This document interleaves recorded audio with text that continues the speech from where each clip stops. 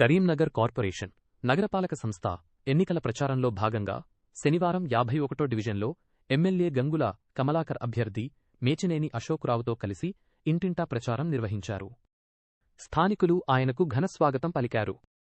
ఈ సందర్భంగా గంగుల మాట్లాడుతూ, 2 ఏళ్లలో కేంద్ర రాష్ట్ర ప్రభుత్వాలు నగరాభివృద్ధిని విస్మరించాయని విమర్శించారు.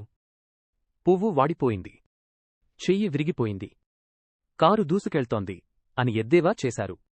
బీఆర్ఎస్ అధికారంలోకి వస్తేనే నగరం మళ్లీ అద్భుతంగా మారుతుందని ధీమా వ్యక్తం చేశారు.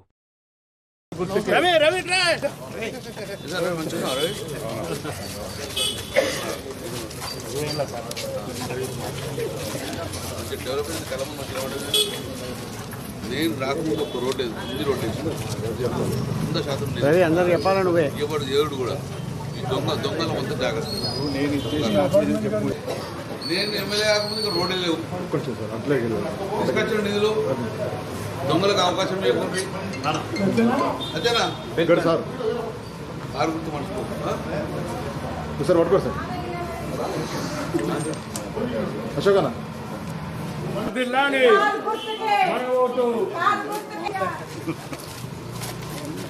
జై తెలంగాణ, జై జై తెలంగాణ, జై తెలంగాణ. అమ్మా